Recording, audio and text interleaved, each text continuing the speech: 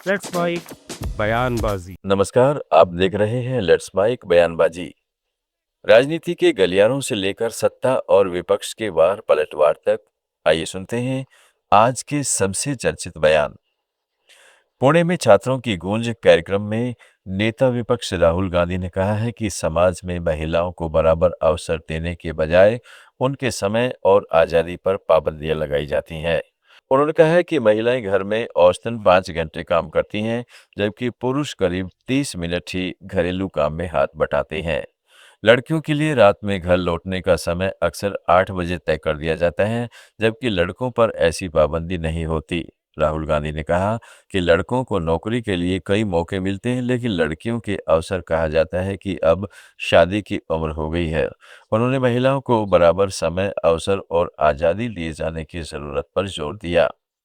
Final ताला, final control समय का, अब शादी की उम्र हो गई है। Time is weaponised. एवरेज जो महिला है, जो लड़की है 15 से 29 साल की, वो एवरेज घर में 5.5 घंटे काम करती है। उसी घर में एवरेज लड़का 30 मिनट काम करता है।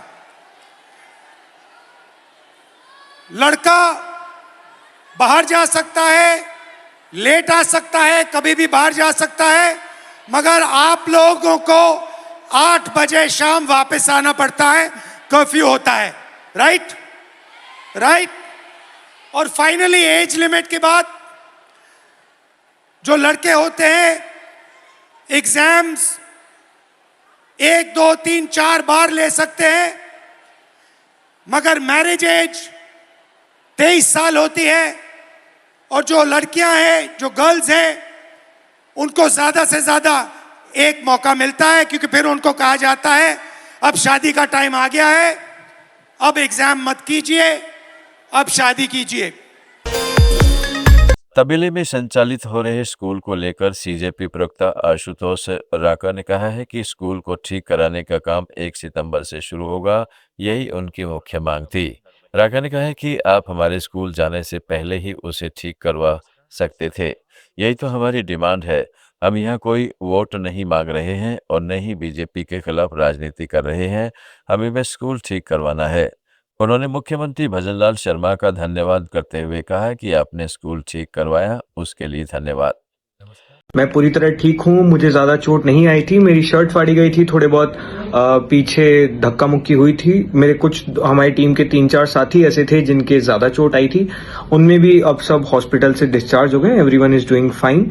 लेकिन आप लोगों की लड़ाई, आप लोगों ने जो हिम्मत दिखाई और आप लोगों का जो सपोर्ट रहा है, आज उसी का नतीजा है कि वो जो स्कूल भैंसों के तबेले में चल रहा था, अभी कुछ देर पहले सरकार ने ऑर्डर निकाला है कि उस स्कूल को ठीक करने का काम 1 सितंबर से शुरू होगा। एग्जैक्टली यही तो डिमांड कर रहे थे हम लोग कि आप स्कूल ठीक करा दो।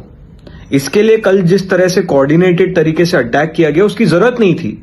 आप हमारे जाने से पहले उस स्कूल को ठीक करा सकते थे। हम यहां पर वोट नहीं मांग रहे हैं, हम यहां पर बीजेपी के खिलाफ पॉलिटिक्स नहीं कर रहे हैं। हमें सिर्फ और सिर्फ स्कूल ठीक कराने हैं। आपने कराया। भजनलाल गवर्नमेंट, जो यहाँ के चीफ मिनिस्टर हैं, उन्होंने ये डिसीजन लिया। Thank you for this. आप ये पहले भी कर सकते थे, लेकिन आपने आज ही किया, उसके लिए धन्यवाद।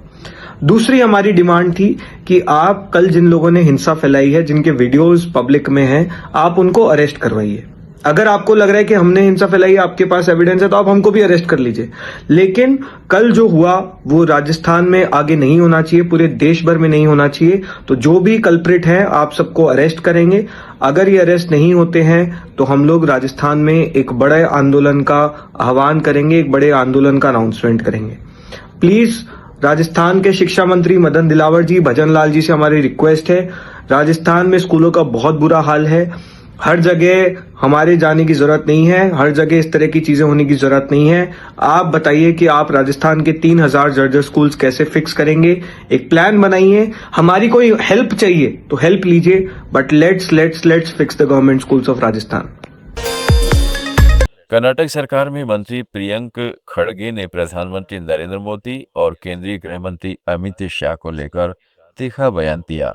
उन्होंने चुनौती देते हुए कहा है कि मोदी शाह नागपुर जाकर मोहन भागवत से कहें कि आरएसएस का गाना बंद करें और शाखाओं में वंदे मातरम गाएं।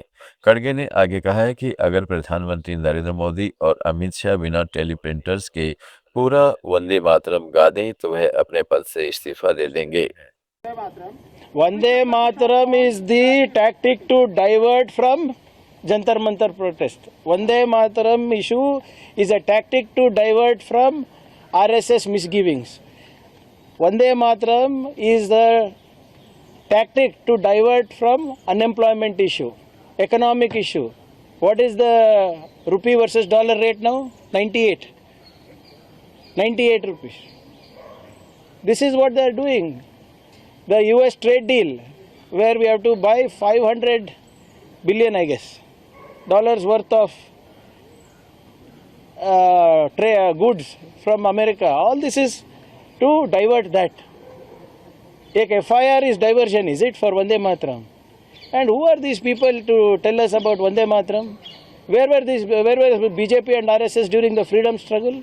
In 1937, when Pandit Nehru, Netaji Bose, Rabindranath Tagore ji, Sardar Patel ji, they discussed it. This was discussed in Constituent Assembly debates also. That means all these people are anti-nationals.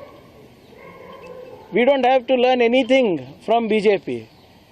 If they are really such patriotic people, let Mr. Amit Shah and Mr. Modi go to Nagpur and tell Mohan Bhagwat ji, sir, please drop Sada Vatsale, the RSS song from henceforth, and ensure that Vande Mataram is sung in all RSS shakas with your hands folded to the tricolor.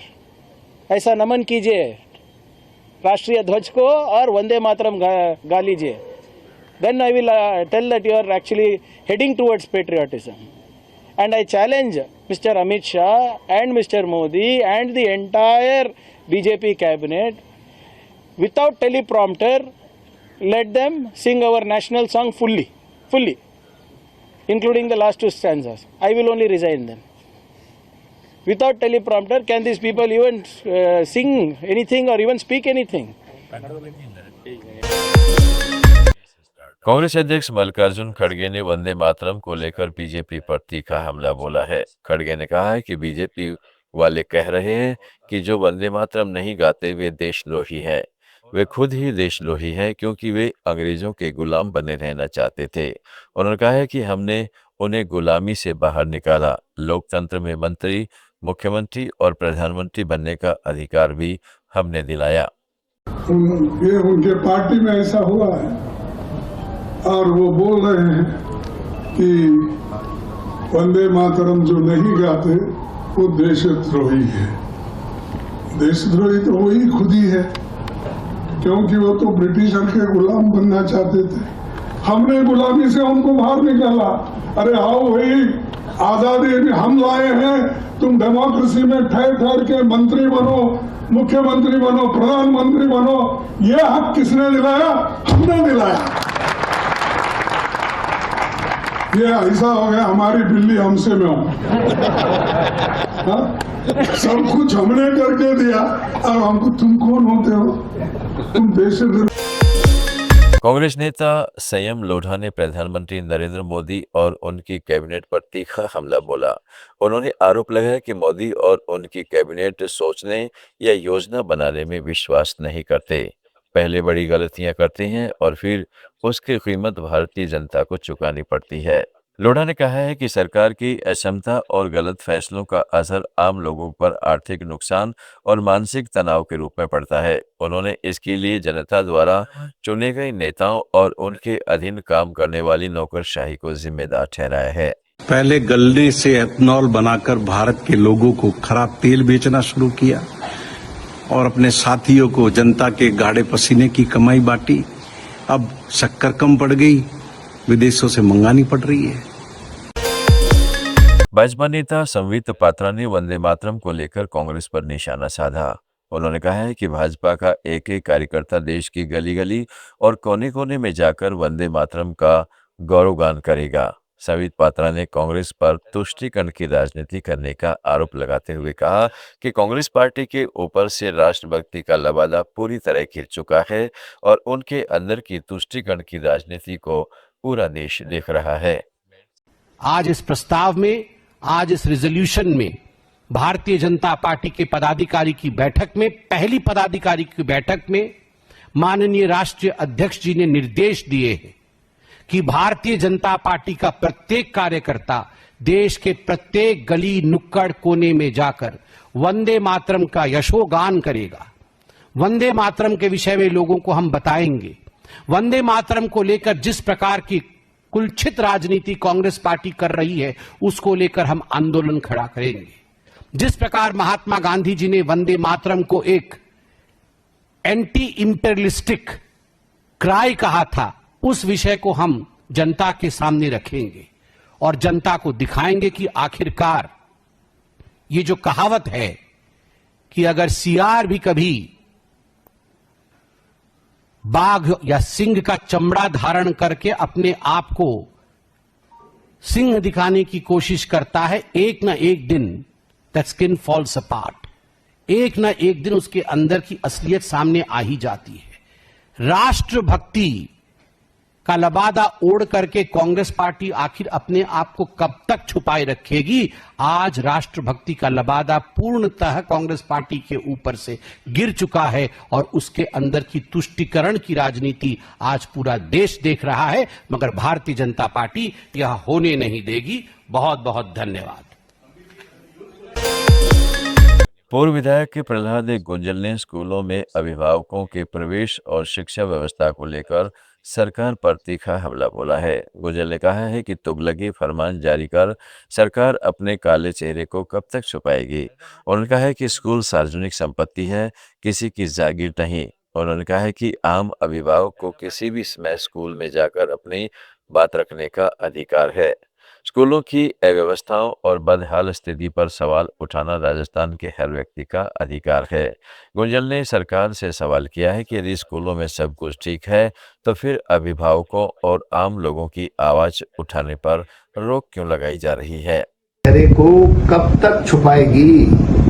अपने नकारापन को, अपनी अकर्मण्यता को इस प्रकार के आदेश जारी करके कब तक पर्दा डालकर बचाए रख सकती है? आपके पास स्कूल नहीं, स्कूल है तो स्टाफ नहीं, सारी अव्यवस्थाएं, और इस पर जाकर कोई सवाल न पूछे, वहां जाकर स्थितियां नहीं देखे। स्कूल की बिल्डिंग टूट रही है, पानी है नहीं है, बिजली की व्यवस्था है नहीं, कहीं बच्चों का जीवन संकट में तो नहीं है, कोई टीन शेड, स्कूल, बरामदा, पेड़, मंदिर, कहां बच्चा पढ़ रहा है? कोई जाएंगे नहीं। कमाल हो गया भाई। सरकार की तुगल के आदेश चलने वाले नहीं है। स्कूल सार्वजनिक संपत्ति है, किसी की जागीर नहीं है विद्यालय, और इसलिए आम अभिभावक किसी भी वक्त वहां जाकर अपनी बात रखने का अधिकार रखता है। वहां की अव्यवस्था पर, वहां की दुर्दशा पर सवाल उठाने का राजस्थान के हर व्यक्ति को अधिकार है, और सरकार उससे वंचित करना चाहती है कि हमारा काला चेहरा सामने आ जाएंगे लोग, जा जाके स्कूलों में देखेंगे, निरीक्षण करेंगे, बच्चों को बैठने के लिए टाट पट्टी नहीं है, टेबल कुर्सी नहीं है, पेड़ के नीचे पड़ रहे हैं, टीन शेड है, पानी टपक रहा है, स्कूल की बिल्डिंग जर्जर है, विद्युत व्यवस्था नहीं है, जहरीले कीड़े कांटे का डर बना हुआ है बिल्डिंगों में। इन परिस्थितियों से जरा बाहर निकलिए। ये तुगल की आदेश फरमान जारी करने के बजाय राजस्थान से माफी मांगिए कि हमारे टाइम अव्यवस्था और अराजकता का आलम उच्च स्तर पर पहुंच गया है। हम क्षमा याचना करते हुए इसको दुरुस्त करने का प्रयास करेंगे, और आप हमको थोड़ी सख्त हिदायत देते रहेंगे, नसीहत देते रहेंगे, तो डर के मारे हम कुछ अच्छा करने का प्रयास करेंगे। ये करने के बजाय आपके कोई जाएंगे ही नहीं। बहुत ऐसे फर्जी आदेश, तुगल के आदेश राजस्थान की जनता ने हवा में उड़ाए। हर सूरत में लोग निरीक्षण करेंगे और इनका बेनकाब। फिलहाल लेट्स माइक बयानबाजी में इतना ही। आप बने रहिए लेट्स माइक के साथ। नमस्कार। आप सुन रहे थे let's mike more than radio. Follow कीजिए हमें हमारे सोशल मीडिया प्लेटफॉर्म्स पर। It's time for news. It's time for more than radio. Presenting the first radio news app, Let's Mic. Let's Mic, a news-based app on your phone where you get to watch and listen